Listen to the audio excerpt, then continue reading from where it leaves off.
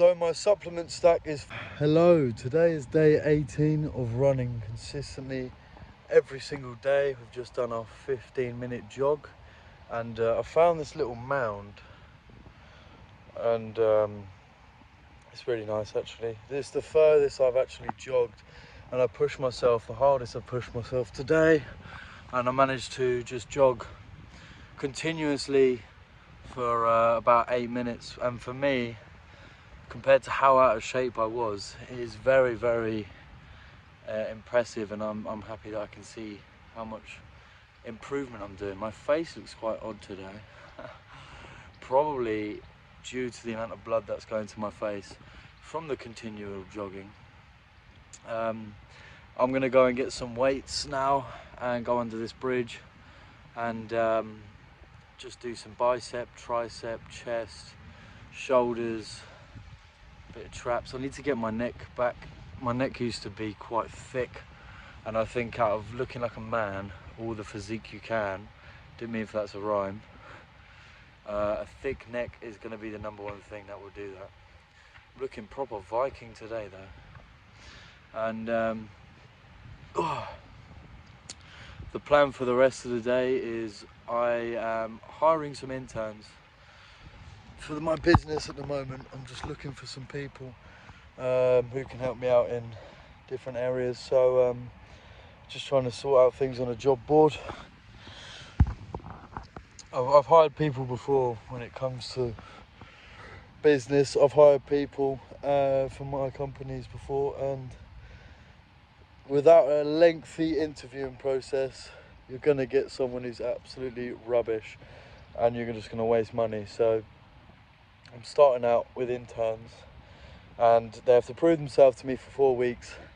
It's not even a difficult job. It's just it just requires like a decent IQ to have a good understanding, and it's one of those things, like, it's not worth paying people for them to be rubbish, because it takes about 4 weeks for an impact. But I mean, if they end up being good, they're going to be on a great salary, so it's worth the investment of their time. And it's an internship anyway, so the worst that comes to worst, they walk away with work experience that will go towards their degree.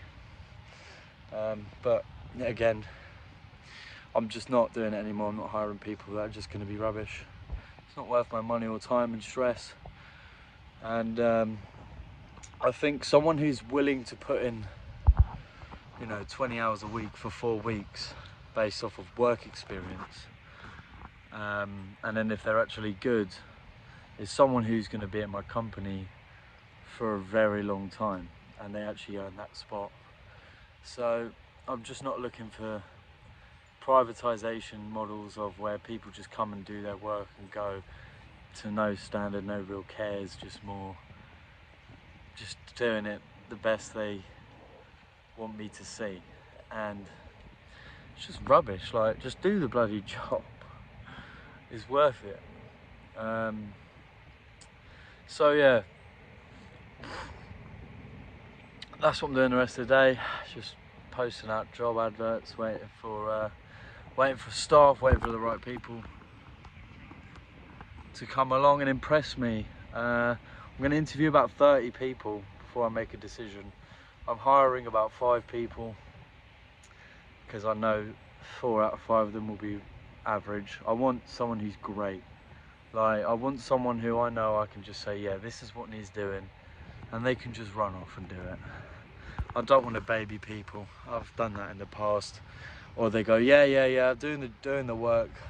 At the end of the day, there's absolutely nothing of what I've asked to do done, and they've always got the greatest excuse you've ever heard. It's just the lack of competence these days does my fucking nerves in. Now I'm going to talk about my testosterone protocol. I've made a longer video about how to boost your testosterone, but I'm going to go over it again because I've added some new things. So obviously I do intermittent fasting, and I always break my fast with high protein, high fats and low carbs.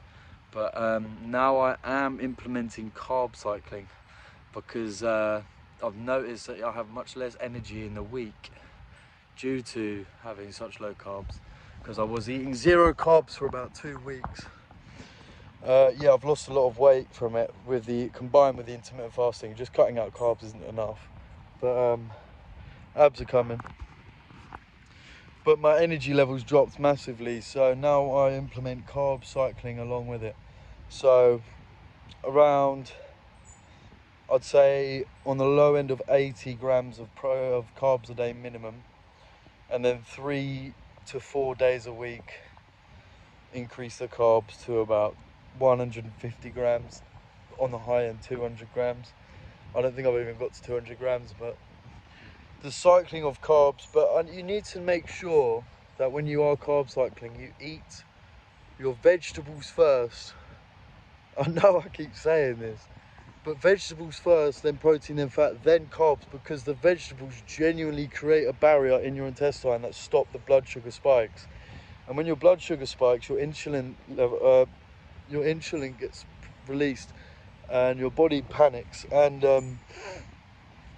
you're just damaging your organs for no reason. And also everything that your insulin cannot get rid of just gets stored as body fat. And if you just simply ate vegetables first and you didn't spike them, it would never have happened that way. It would be slowly absorbed how it should be.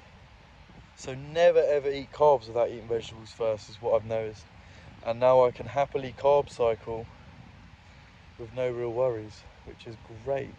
So my supplement stack is Fadoja and Testosterone and creatine. That is all I take. The creatine more just helps my muscles, obviously. Testosterone helps promote growth, a little bit of testosterone increase, but it's the Fadoja I've noticed is just increases testosterone massively, with all the other protocols as well. And yeah, feel free to check out that video, and I'll catch you tomorrow for day 19.